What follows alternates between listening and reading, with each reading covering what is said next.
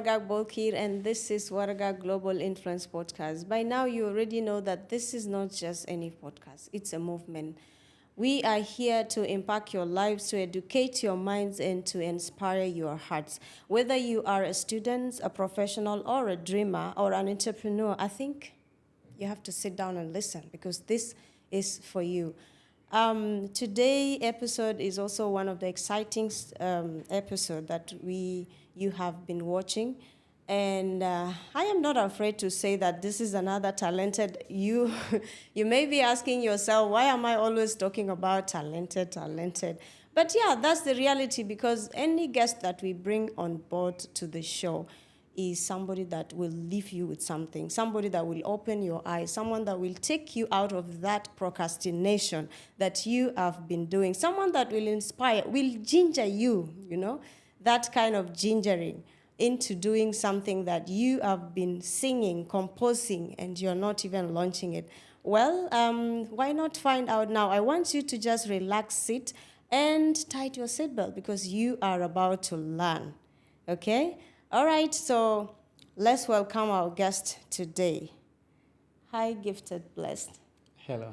How are you? I'm fine, thank you. How are you? I'm fine. Yeah. Good to have you on the show. I am humbled. My pleasure. Okay. Yeah. So, Gifted Blessed, where is this gifted coming from? What birth Gifted Blessed?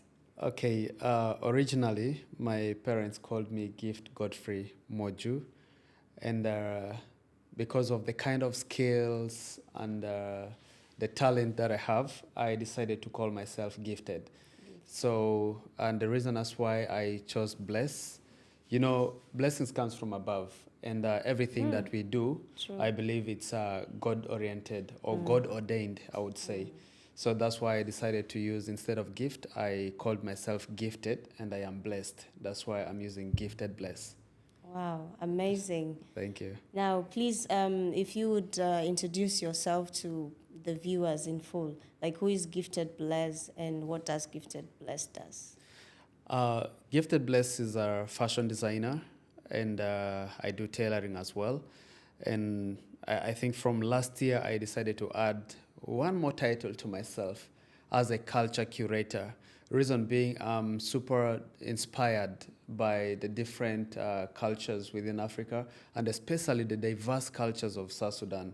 So I feel like that is a field that we have not tapped into.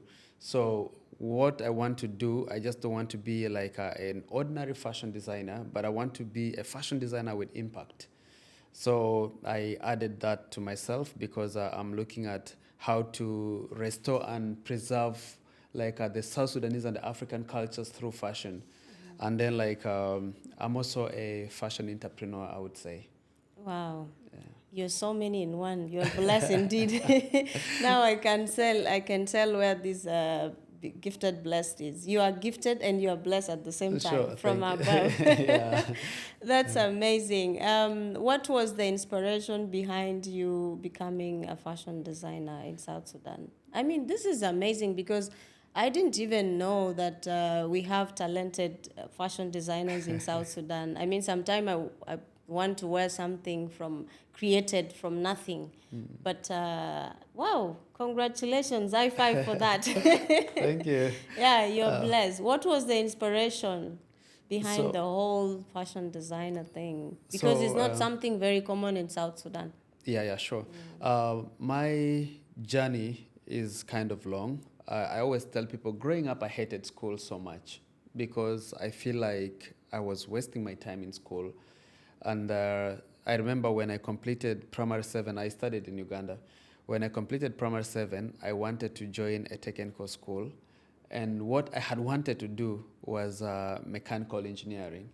And I remember I was caned for that. First of all, I was so young and very tiny, like my body is so small. I could not Shout even... out to tiny people like us. So I think I wouldn't have even lifted like any spanner or something in the garage. So I was convinced to join high school. I went from senior 1 to senior 4.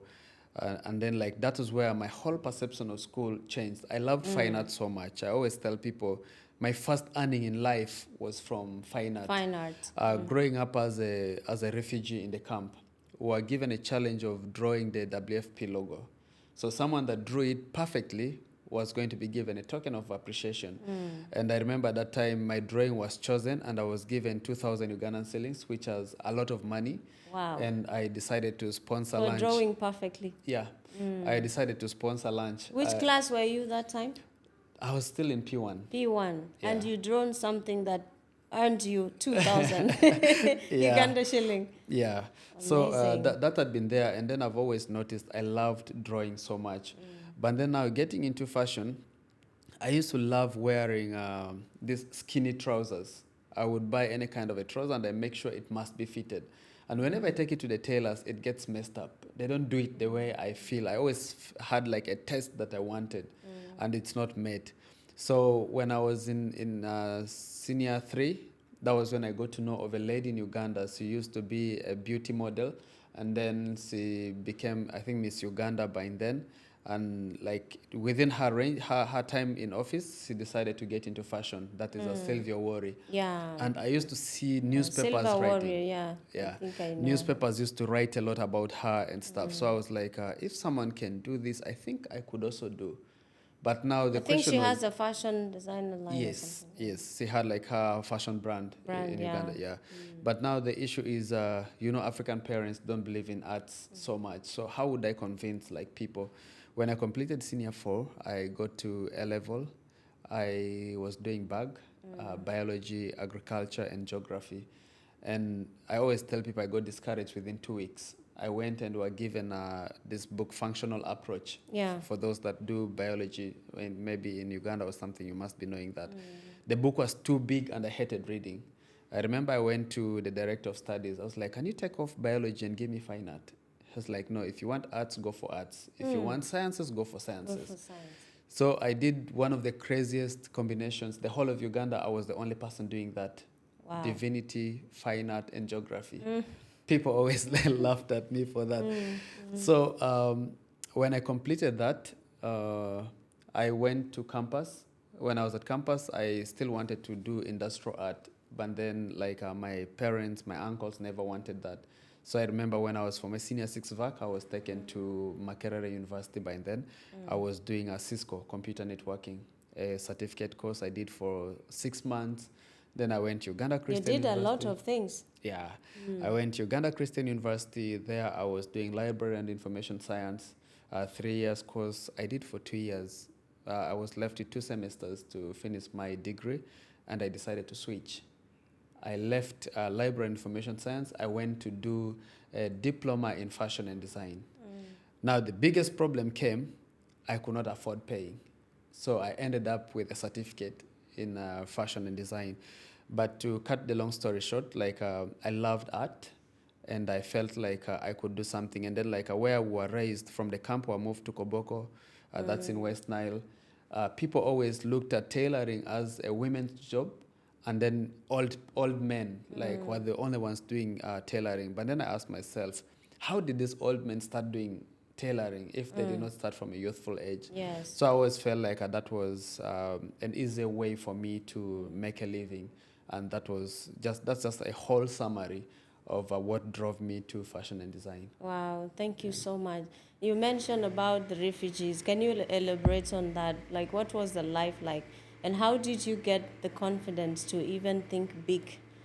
Well, especially on the big, growing up or coming up from the background of being in the refugees camp. Well, growing up in the refugee camp, for people that had been there, you know how tough it is. But then I would say I was a little bit privileged. I was in the refugee camp when I was still a kid, and my dad was a pastor. And, pastoral job, you don't stay in one place. So from the refugee camp, my dad was moved to Arua by then, and still living with the South Sudanese community. And when Arua, he was a pastor in one of the churches. And then up to some time, I remember when I was in primary 1, when I completed primary 1, he then moved to Koboko. At least that time, people had started returning back to South Sudan. So he brought the family to Koboko, and then he went to Yei. From Yei, he decided to go and study. So like life wasn't that easy. Even if we lived within the urban centers as refugees, life wasn't that easy because we don't have the privileges that the locals would enjoy. So sometimes even you find it hard to get food. True. You find it like hard to get little money to support yourself. And I think the person that was so close to us was mom. But then I learned one thing. My dad always told us, as long as he's alive, he's late now, but he always told us, as long as he's alive. May his soul rest in peace. Amen. He always told us how, as long as he's alive, he wants us to live the best life. And after he completed, I remember up to primary 7, I was being paid by, I don't know how to call it, a charity organization. It was called Hope, Hope Education Trust. So they were supporting refugees. So I happened to be paid by that organization up to P7. So there were no hopes of continuing because my big sister struggled. Like the sponsorship was to end from just like 7. Up to P7. So God did his miracle. From there, when Dad came back from school, he got a job with an international organization, which is faith-based, like a church organization. So when he got, like, life changed for us. Things became a little bit easier. We could go to any school that we wanted. I remember when I got my my P7 results, he came and asked me, which school do you want to go to? Wow, that's your elder sister. Yeah, no. My dad. Your dad. Yeah, so it was a little bit tight. If there's nothing else that you can use to get money, it's like really hard. I also visited the camp again in 2017. I was there in 2018, and then 2022, I also did visit the camp. But life is really hard. People are struggling. It's not easy. Wow. Yeah, but despite all this, like the promises that we made to our fathers, like our dad, our mom, and then the people around us, and of course the kind of friends that we lived with, always gave us the hope that we can also do something. True. Yeah, so that always kept like my mind open and focused. I feel like if someone can do this, me personally, I can do it as well. Yeah. That's a very strong story. What a story.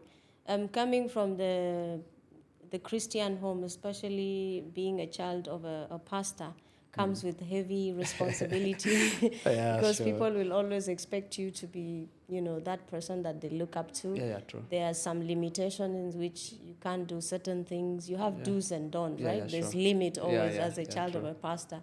So how did that affect or shaped your becoming into this fashion industry? I would say I've always been the stubborn kid at home. And I remember, like, whenever we had those family meetings, like, any bad example, they would point at me because I was so stubborn. And at some point, I would do things my way. I always tell people I'm more like a free spirit. Like, I do what I feel is happy for, makes me happy. So it was kind of complex. I remember there are people that I used to term fashion and design, music as evil. Like, I always call these are people that are too religious. So until when I decided, because my dad watched my journey, like how much I loved arts, how much I've always loved like fine arts, drawing and stuff. I remember we used to have like some wall hangings that I drew myself and I just kept in the house. But at some point, Dad told us, if you feel that is where your passion is, you should go for it. Because I thank God that he's a learned person, so he got to understand. Like there's these proverbs, they say, if you want to test the ability of a fish, whether it can swim or not, you don't bring it to climb a tree. Put it in the water and then you can see how it swims. So despite the fact that community has a specific perspective of how we are supposed to do things, like that is not how it ends up. I remember when I started doing fashion and design, I started growing long hair, I had dreadlocks, and I started wearing the damaged trousers, chains, and people had a very negative perception. They're like, "Are you a son of a pastor?" Especially your dad. How did your dad feels about No, all my of dad that? was okay. Wow. Yeah, So my dad understood like what I was up to. He understood what I was doing, so he literally was fine. So people around would be judging, "You're a son of a pastor. You're not supposed to do Yeah. this." I remember we used to worship in the choir. Some of us were stopped from being part of the choir. When you go to church, people look at you like you're an outcast.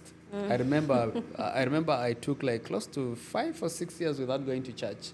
Wow. And then that was when I just sat down to myself, and then I was like, I don't go to church for people. Let me just find a church that can accept me for who I am, and then I go there. And I kept the hair, I think, up That to... must be very difficult time for Yeah, you. it was difficult. But then what made me happy was at home I'm accepted. And that was the most important thing for me. Because even at home we had like our devotions, the evening devotions and stuff. So I felt like that is enough, even if I don't go to church. But then at some point, I found like a place of worship that accepted me the way I am. The way you are. I would even go with my plaited... You. Yeah, I would go with my plaited hair. I would go with my skinny jeans. I think it was up to early last year when I shaved off my hair. I just felt like I needed to transform now, like from the previous me to a new me. I call it a rebirth. Yeah. That's when you felt like this is a time to rebirth. Yeah. So fashion design has been a thing for you growing up. Yes, Wow. it had been inside me. Wow. When did you start the journey? Like, when did you start it So officially to now know that, okay, I think since I love fashion design, I am gifted in it and very talented and passionate about it, I think it's time to just venture into it. So when did you finally start monetizing it, that talent that God has gifted to you? So what happened, from 2016, that was when I felt like enough of someone telling me what to do education-wise, because I felt like I am shaping my future now. I have to prepare, because at the end of the day, after school, it will be me and me alone. Maybe the people that I have around and then the family that I'm going to have. Yes. So I decided to do something that I'm passionate about. And what made me do that decision, I mean, I said I was studying library and information science. When I was doing my internship, I had a placement in a school library. That was the worst experience. And it just made me feel like this is a wrong profession for me, because my whole time during the internship, I was in the school library doing nothing but picking books for students. After they read, they leave on the table. Before I go home, I have to pick these books and put them. There's something called a classification, like for those that do something related to library and stuff. So classification, you have to know which books get where. There's that ISBN number behind the book. It looks like a barcode. And those things carry a message. You have to know which book likes where, from which shelf.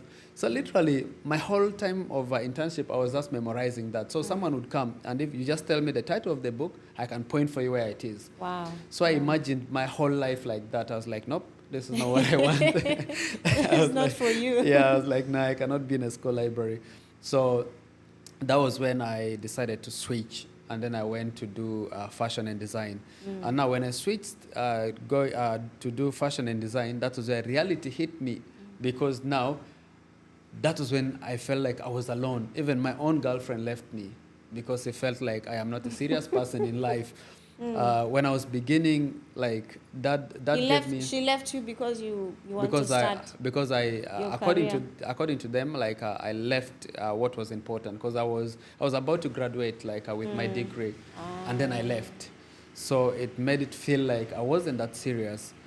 Yeah, but then like when I started doing fashion and design, for the first 3 months, I was left alone. No support from home.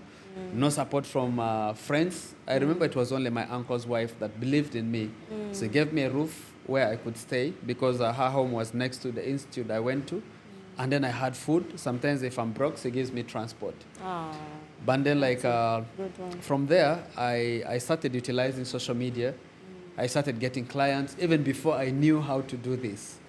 So I would get clients, I take to the tailors, because it was a school and a fashion house at the same time. I would take to the tailors, they make, and then I deliver that I did this.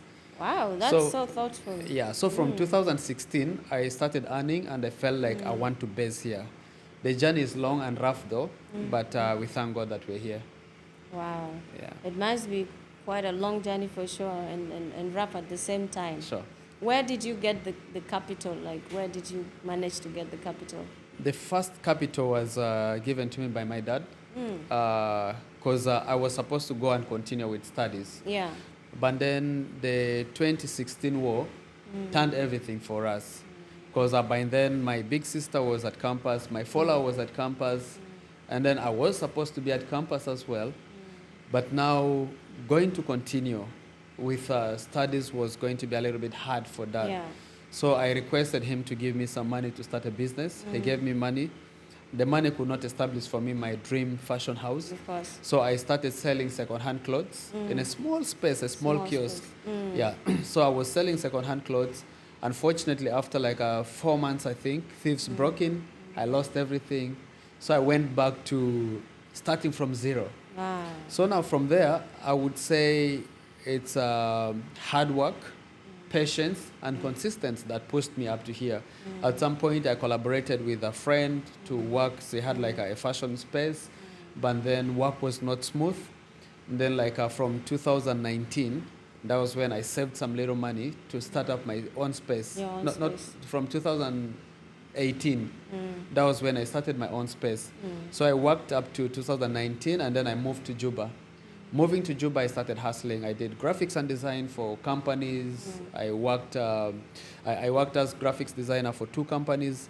And then I remember I worked as a radio presenter for one of the radio stations. Amazing. So it was just up and down. But I would say where I am right now, the money that partly I raised from being a graphics designer, and then literally from graphics designer and then support from some few close friends and relatives have put me where I am now. Wow. Yeah. You know, your journey really reminds me of how you should never look for something bigger to start something with, because procrastination, it's one of the dangerous disease that kills our dream, right? And this is a big reminder also to youth who want to start something. It's always better to just throw yourself in the deep end with what you have from where you are. It might not even be enough what you're given to start something with. That's really so inspirational. Yeah. When you look at South Sudan today, it's I would call it very complicated, especially in the part of the industry of fashion design. How are you able to navigate around those challenges? And what are the major challenges that you face in the South Sudan market as a fashion design, considering it's a field that many have not ventured into, and now you have to do an awareness, first of all, to make people understand what fashion design is even all about, let alone now selling your pieces, your amazing pieces to them. So what were the challenges that you faced in South Sudan, and how were you able to overcome those challenges? Well, To explain to people that this is it, and this, yeah. it's okay. Thanks so much. I've always told people, I like the point that you brought up. Don't wait for something big to start. And that had been one of my biggest problems, because I have a picture in my head, like I am a fashion designer, and I want to have a specific kind of a space to start. So I remember before I started, the dream was too big that the kind of spaces that I wanted to use were very expensive. The cheapest space I got by then was $200. And someone would tell you, pay like 6 months, 6 months, pay 1 upfront, year. yeah. And I didn't have all that money. So I kept pushing. I came to Juba in 2019. And then from 2019, this is the year that I've been very active in the fashion industry. For those that know me, they've seen me all over. At some point, I was even a talent manager. I was managing artists and stuff. So, you're a whole package. Yeah. So it hasn't been easy, but now the biggest challenge in the industry so far, for you to establish one, finding a space, rent is kind of so expensive, and then when you establish yourself, the taxation policies in the country do not favor like a young entrepreneurs or like people that are getting into SMEs, the small businesses. And one thing is that people always expect to get things cheaply because they feel like this is something that is locally made. Yeah. But then forgetting that we also face another challenge of materials, like the raw materials, like the fabrics, the materials that we need to make this kind of outfits. Yeah. They're kind of expensive. If you want something good, you have to pay the price. True. And that had been always an issue. People come and ask me, how much are you selling this piece? When I mention the price, they start complaining. But now how I decided to navigate through that, I did mention from the beginning that I am a fashion entrepreneur as well. And as an entrepreneur, you always have to solve a problem. True. And solving a problem, how do you do it? Which means you have to find like a way. Now that people are complaining of pricing, what determines my prices are the cost of production. So how do I cut the cost of production to make sure that I provide the same quality material at friendly, at a cost effective or like a friendly price. So that is one of the things that drove me into fashion upcycling. I want to shock you. This is a curtain. Oh my What I'm wearing is a curtain. Sure, can I touch it? It's okay. Oh my God, this is from the curtain material. Yeah. A material that can be used for curtain. It's a whole curtain that I just decided to transform. So now, what I decided to do, I am now looking into how can I upcycle the available materials. Because now, like, I remember I bought this curtain at 15,000. You basically thought about it and say, how can I make what I have work? Yes. How can I work with what is available in the market? Yeah. So I go to this to custom market. I get like these curtains, and then I bring them to the shop. I transform. So now, like, if you go to a boutique, like if I sell this to this boutique owners, they can sell this even for $50, and there are people that buy. And I have people that come to my shop, they buy like things a little bit cheaply, and then they go and sell because they have like at the market. So to navigate through all this, the other thing that I also did is identifying my target clients, because my work is not for everyone. Not everyone is going to buy. And if you're getting into creative arts, just know that not everyone is going to like your work. So identify a specific client that you want to deal with, find their need, provide the solution. Trust me, I believe in 2 or 3 years to come, I can do this same piece and I can even sell it for $100, and people are going to buy because they have watched the process. I always say my work is not just like a giving an outfit, but I want to like tell a story. I want people to pick something from whatever thing. I've always told like my clients, I may not be the best tailor, but the service that I give you, you can never get it anywhere. And that is what keeps bringing them back. Gifted. That is so nice of you. You know, one thing you mentioned that was very important, you mentioned the word impact. And that is so good, because whatever you're doing, you're keeping in mind that it's not just making money. Sure. Beyond making money, beyond sustaining yourself in the market, you actually want to impact, Sure. you know, South Sudan and beyond, because I believe this is something that will go more beyond. And for you to even be more creative about it, because now you have a fashion business, you want to maintain it. For you to be in the market, you have to sell certain things, right? Sure. Because you have rent, you have expenses. And again, there is a challenge of not everyone will afford it. Sure. That is so good, because then you have to be creative, and that's a very, it's also an advice to everyone out there, to youth that want to start something or already have started something, not to give up on whatever they have started. It's all about sitting down and finding a solution, because you know the business idea in the first place is a solution to a problem that you have identified. Sure. Yeah. Sometimes I look at people when they say, I want to start something, but I have the capital, but I don't know what to start. I tell them, what is it that you don't like, that you want change? Let's look at the whole of South Sudan. What is it that irritates you, that you would wish that could change? You know, and that is that problem. I mean, that solution that you want to bring is the business idea. Yeah, I sure. love your creativity.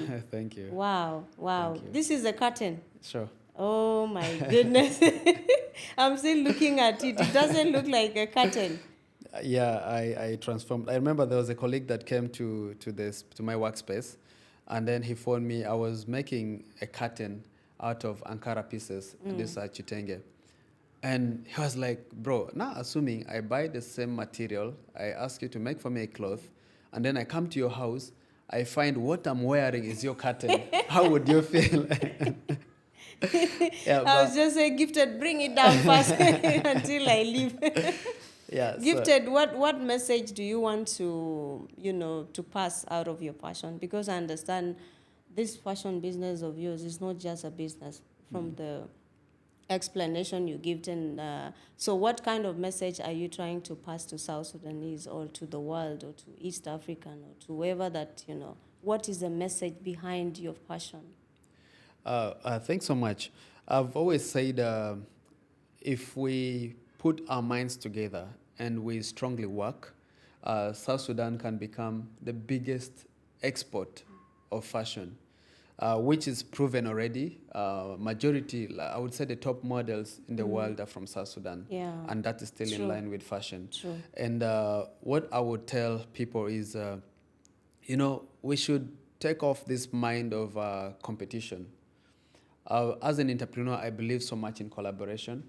If we come together, we collaborate, and then we decide to chase a common goal, we will soar above all the other persons, within East Africa, and even within Africa or internationally. So one thing that I want to tell people is, like I said, every piece that we make tells a story. And we don't just have to get into a fashion space or the business space just because we have seen someone doing that. True. But you should have something that is driving. I've always told people, I am not in this space because of money. If I was in the fashion space because of money, I would have given up long time. True. Because I remember when I was doing graphics and design, I would get more money than I am getting right now. So I would have remained as a graphics designer and I would continue getting that money. But then in whatever thing that you do, let money be a supplement. Yeah. But then I will repeat this word again, the impact.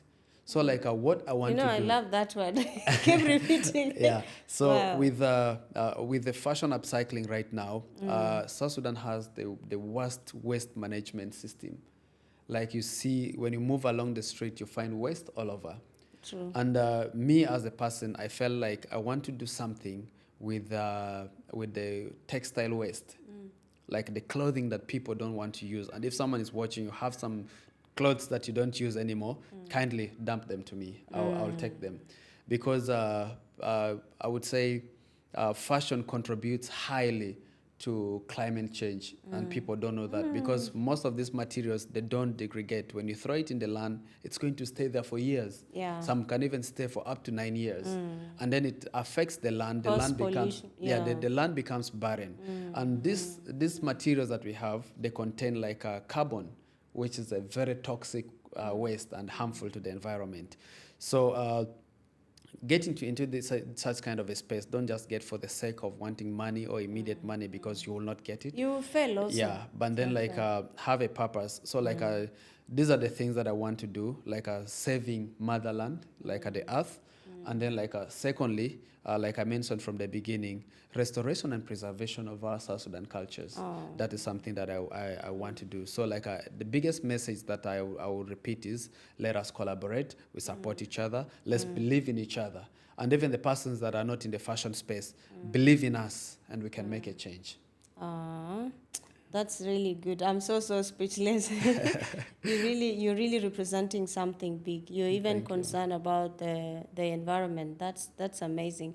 I understand in fashion design, there are two things, right? There are tailors and the concept development. So which one do you do? I do both. And people always question me a lot when I say we don't have fashion designers. Because if you can create a curtain, if you can create such amazing piece out of curtain, That means you can do the concept development, create Yeah. something from nothing. So I always tell people, and some of them don't want to hear this truth. Most of the people within town that say they're fashion designers, they're just tailors, because you don't have a piece that was attached to your name. That This is a represents piece, you. Yeah, this is a piece that you created. But then, like, I do fashion and designing. I do concept development. Wow. And then, like, I do the tailoring bit as well. And how I do all this, I was introduced to tailoring when I joined the fashion school. And then, like, developing, like, the concepts, finding inspirations, because I know you're familiar with female wears. There's outfits that people say it's like a fish dress, like it holds you up and then it opens down, like the more mermaids, of like mermaid more dress. of the mermaid type and stuff. So this is someone who sat down and looked at the mermaid, and I felt like, let me derive an inspiration from here. For those, if you watch fashion shows, you see sometimes on runways, people wear like something maybe with wings and stuff. So people, someone sat and looked I saw at the an bird. angel. Yeah, someone sat and looked at a bird and felt like, how can I create something from this? So like that is literally the work of fashion designers. And like as a fashion designer, which means you have to develop concepts. So you can be a fashion designer and not a tailor, but you cannot be a tailor and a fashion designer. Like it cannot work together. Wow. So I personally, I do both. And I've always said, I am proud to say that I am among the first persons, or the only person so far, that has developed a proper concept wear for the Kakwa people. Wow. And inshallah, when they approve it, I think my name will go down in history, like the person that came up with the Kakwa. So you're from Kakwa? Wear. Yes, I am. Wow, that's really good. You know, most of us, especially me, I didn't know before that there was, different between tailoring and what would you tell to people that want to start? Like there is a young South Sudanese out there who is looking up to you or have the same dream, as the same inspiration as you are. What really helped you? Maybe one or two things that helps you to become the person you are today in terms of, the fashion design. What really works for you? What can you pick from the things that you do that really works for you? In case there's anyone out there that wants to get into the fashion space, ask yourself, is this what you really want? Because if you're doing it because you feel someone is flourishing in that, then I will say this again, that is not a space for you. So ask yourself, are you really passionate about this? Is that what you want? And if the answer is yes, start wherever you are. Because I remember I used to have a friend. This lady she didn't know how to use a sewing machine, but she would make gowns, these wedding gowns, and she uses a hand needle. Like she used a hand needle to make like very beautiful gowns. So you don't have to wait until like a miracle happens. Start where you are. If you have like a friend or someone close to you that has a machine, the sewing machine, start learning from there. I believe we all have like a tailors in our neighborhood. Just go there, see how these people are doing their stuff, how they are cutting, because I always tell people the hardest part of this is the garment cutting that material to bring the shape that you want. True. Learn the basics, and then you can always start from there. Don't wait for a big thing to happen, like maybe you get a huge sum of money and didn't feel like, because I was telling you a story of how it took me a very long time to start, until last year when I just decided, I put a sewing machine in my room and I started working there. And I did a show. You started the whole thing in your room? Yeah. So I did a show last year, The Roots and Culture Reimagined. And I would say the whole collection for that show, I did it inside my small room. And now, because I felt like the demand was getting high, a lot of people want to know where I'm working, and I wasn't comfortable clients coming to my house. That was when I decided, let me get a space. And currently, I'm located at Rock City. Why I decided to go to Rock City is because spaces there are cheap. They're affordable. You can even pay for a whole year. Yeah. So now, instead of waiting for luxury, start small, and you can grow step by step. You can get there. Gifted Bless, before we dive deep into that, tell us about the culture. You mentioned your event, The roots and culture. the Root and Culture. Tell us more about it. So, Roots and Culture Reimagined is an event that we initiated last year, and we're looking at having it annually. You people are welcome, by the way. Oh. It's happening in December. Thank you. It's an annual event. The main purpose, what drove me so much, in 2023. What does it entail to do? Yeah, so in 2023, I went to Nairobi for Yali.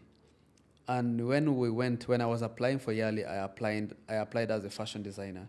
So now when we got into the mentorship stage, like these guys kept asking me, like our consultants and instructors kept asking if there are a lot of fashion designers, there are a lot of people doing this business. What is going to make you unique? Because that is where your money is. And it kept pushing me until I had to present the concept of cultural preservation through fashion.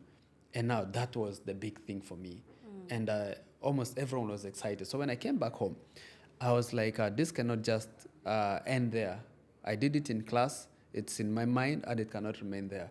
So I decided to now come up with Roots and Culture. I did mention that I developed a concept for the Kakwa people, and I was hosted on one of the radio stations about that. And most of the callers were saying, "Why are you doing this for your people alone? Why can't you make it a national thing, like a South Sudan cultural? I mean, like a cultural concept." So now that was when I sat back. I was like, "How about I start doing this event, Roots and Culture?" So the main driving force behind Roots and Culture, one, I'm looking at celebrating the diverse cultures of South Sudan and Africa, and then secondly, digging deep into the costumes of the different, I would say the 64 tribes of South Sudan. Because there are people that do not know even how their cultural wear looks like. There are people that don't know what accessories are put and what the meaning that they carry.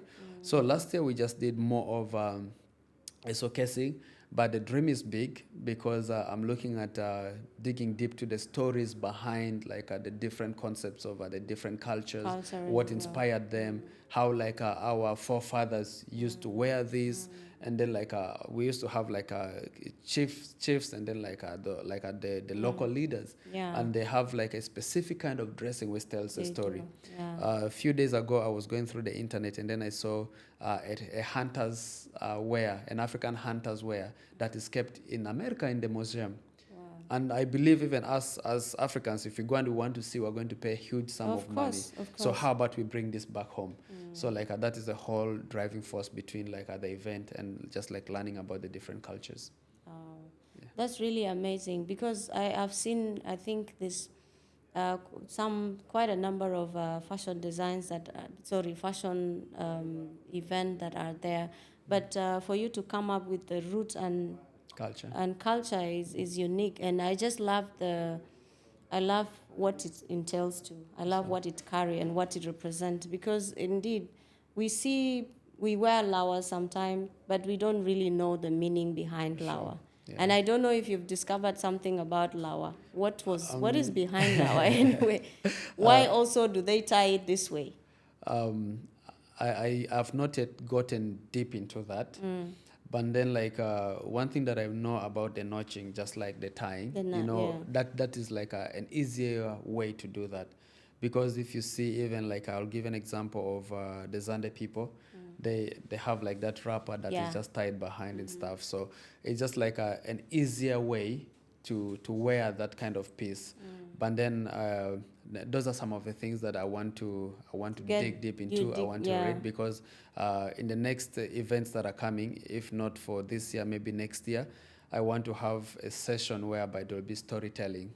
And that storytelling will carry all the messages behind all the wares that we have. When do you intend to do the event? This year it will happen in December. I've not chosen the specific date, but then most probably the first week of December. Yeah, okay. I'm just waiting to confirm venue, and then we can put out the dates. Amazing. For somebody who wants to, wear this amazing piece or any other piece that you have created, how can they get you? I'm available on social media. The business name is Shem. On Facebook, we are Shem, Shem. And on IG, we are Shem SSD.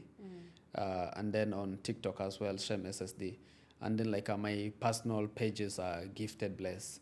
Wow. So you can just reach out to us. And for those that are within Rock City, you can come to Rock City in the market. You'll always find us there. That's amazing. What are the prices ranging from? Because people may want to know.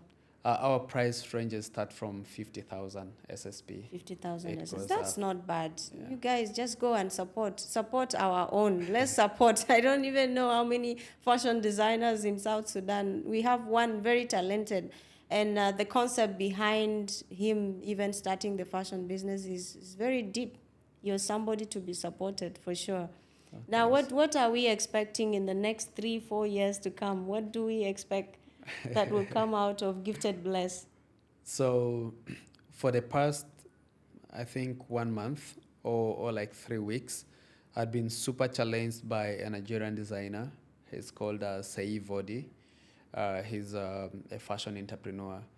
I was so shocked when I saw him launching the biggest fashion house in Africa. Wow. Like a fashion whole house in plaza. Africa. Yeah. So the first time that I saw, the African perspective of this guy is using blood money or ritual money and stuff. So when I saw the building alone, I was like, no, this is not real. Until when I started to follow him a little more, and I got to realize he dresses most the top celebrities within Nigeria. Even ministers come to him, the Davidos, the likes of the Burna Boys. Yeah. All of them they go and buy stuff from him.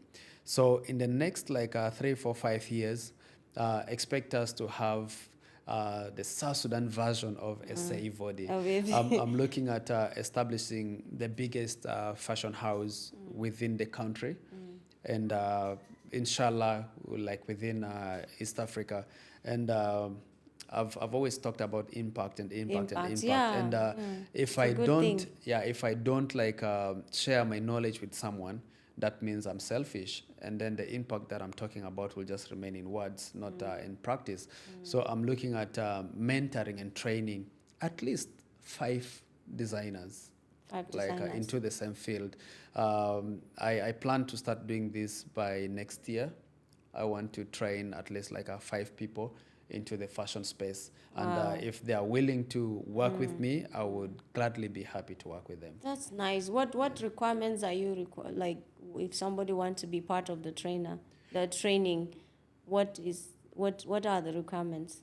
I think for now, I'll just say availability and then a commitment. Those will be the 2 things that I will need. And then secondly, at least a basic spoken English, because my Arabic is so terrible. And there are things that I may not explain well in Arabic. So just that. I be available, and then be ready to learn, and then have even just the simple English to communicate. Yeah, something to communicate with.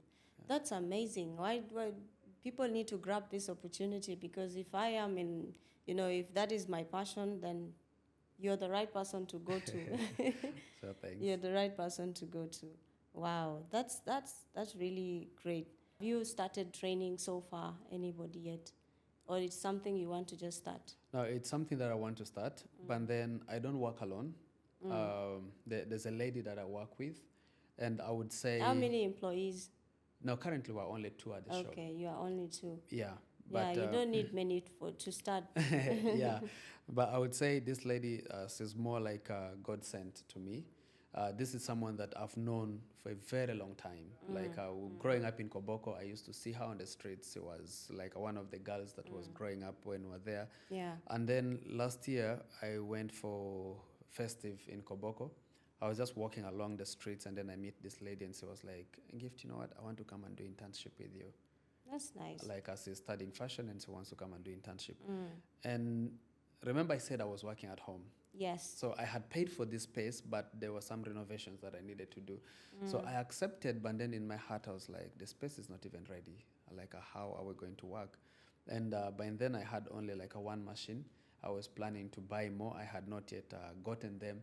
So the stress was so much, and that helped push me a little bit more. So around January, I had to like get like the machines. Yeah. So this lady came as an intern, but I'm super happy that just interacting with her and stuff, she has really learned a lot, and I can trust her with the whole business right now. Wow. I can even like move out of the country, and I'm sure I'll come back and find everything in place.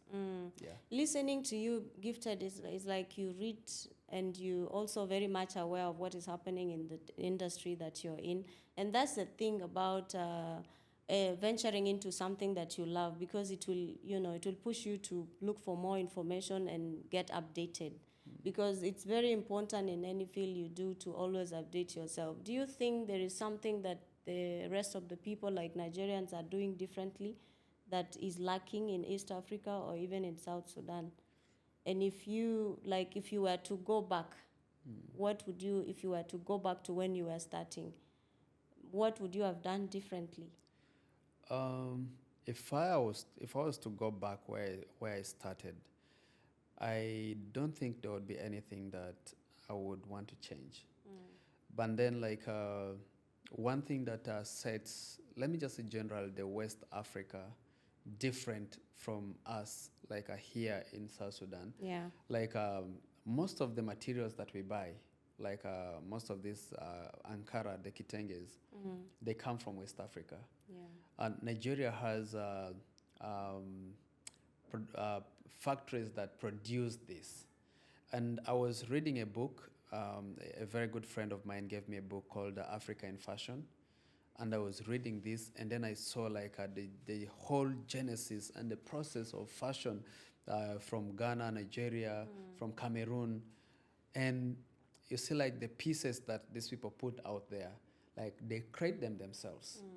So like that is the only thing that I think is different between us and the Nigerians. And then secondly, the Nigerians love fashion so much. They have a True. lot of events that are happening. Yeah, So they you do. find every day people want to look different. So the market is there, the ready market. And that is something that South Sudan is still getting there. But then like I believe it's just a matter of time, because even like producing like the kind of materials, there's one fashion designer in Ghana called Larry. His brand is called Larry J. I follow him a lot. And Larry does weaving. He creates his own materials, and then he comes to doing the tie and dyes. He dyes the materials, creates his own patterns. And if you see his collection, his outfits, there's nothing unique from the cloth itself, but the material is what is It different. makes it unique. So yeah, that is one thing that I am looking into. I am not so perfect at weaving, but that is something that I want to learn, and it's one of the plans for either the end of this year or next year as well. I want to have Okay. a weaving machine, because now in Uganda we have I have a very close friend of mine who has his brand also. He does weaving, and he turns banana fiber into materials. And then when I came back, I thought, why can't I do the same thing? But then I realized we don't have the bananas here. We don't have plenty banana like Ugandans have. So one thing that I'm looking into, Unless you turn mangoes into that. so one thing that I'm looking at, how can I turn sisal, sisal, turning sisal into materials, and that is my challenge for next year. Oh my God. Yeah. That's a pretty good challenge. Thank you. Wow. Now, what will be your last advice to the viewers? My last advice to everyone that is viewing this, first of all, support. We have always been singing that support is the language. And today I'm being hosted here at Waraga Global. And how about we check out their handles, we subscribe to their YouTube, we follow their content, because this is where you're going to be getting. If it wasn't for them, you would not be getting this kind of message. And there are personal things that I haven't shared anywhere, but I've shared here today. That means it's worth following. And then secondly, there are three things that I want us to always do. I've always said, be you and do you. Like whatever thing that makes you happy, as long as it does not harm the person that is next to you, go for it. And then secondly, start wherever you are. Start small. They say a journey of 1,000 miles always starts with one step. And then from the beginning of this, I did say that I hated school. And I also grew up saying reading is not my thing. But then where I am, what transformed my whole thinking, my whole mind, I started getting into reading. So I'm so much into entrepreneurial books that I'm reading so far. I remember the first book that someone gave to me, in fact not giving, but the first book that we got into was The 7 Habits of Highly Effective People. And when we got through this, I had to buy my own copy. And then I started reading series of other books. And there was one thing that one book, more of a story book, a very small book. It's called Who Moved My Cheese. I don't have a soft copy. I mean, I don't have a hard copy, but you can find it all over. For those that use Telegram, you can even check on Telegram, Who Moved My Cheese. Listen to it, the audio book. That is also something that talks about transforming your mind. So let us be open, let us be willing to change, and then we can grow together. Wow, amazing. Thank you so much, Gifted Bless. We are honored to have you. I mean, your story is such an inspiration. It's also a call for those of you who want to start something and just keep procrastinating about it. You don't have to wait for a lot of money for you to start and put up something. It all begins from the mindset. Once your mindset, when you believe in yourself and you already identify what you're good at, then, as he said earlier, I like what you said. You said a journey of 1,000 miles begins with one step. Yeah. Why don't you take that one step and see the rest for yourself? You would be surprised of how far you would go, like for him. And for the upcoming fashion designers that wished and also want to be good fashion designers, it's very possible. As you can see, he's here. You go to where he is and talk to them and be a partaker of the upcoming training that is planning with his team. And trust me, you would be changed if it's really something that you want to do. And please, just a soft reminder, if you have not subscribed to this channel, I don't know what you're doing, because you are going to miss a lot of things, because we are very ready to bring on board people that are quality, people that will change your mindset, people that will inspire you. So please, when you subscribe and you share and likes, you know what you're doing to us? You're actually keeping us in the space, and you're encouraging us to even bring more people to learn from.